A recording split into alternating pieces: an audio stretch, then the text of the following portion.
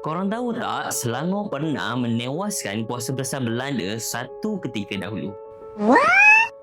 Kisah epik ini bermula sekitar tahun 1780-an ketika Belanda cuba meluaskan kuasa di Selat Melaka. Pada tahun 1784, mereka merancang satu serangan melalui Sungai Selangor dan berjaya menawan Kuala Selangor. Lepas itu, Belanda siap tukar nama kota melawati jadi Fort Altenburg, manakala kota tanah di Bukit Tanjung ditukar kepada Fort Utrecht.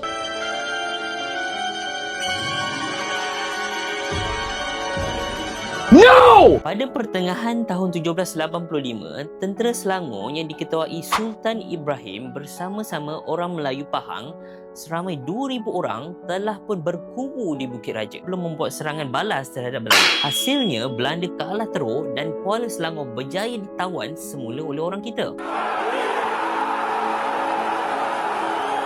Akhirnya pada 29 Jun 1786, Sultan Ibrahim dan pihak Belanda menandatangani perjanjian damai. Okey, sejarah ini menjadi bukti bahawa walaupun berdepan dengan kuasa kolonial yang hebat, semangat juang dan keberanian anak Selangor mampu menundukkan penjajah.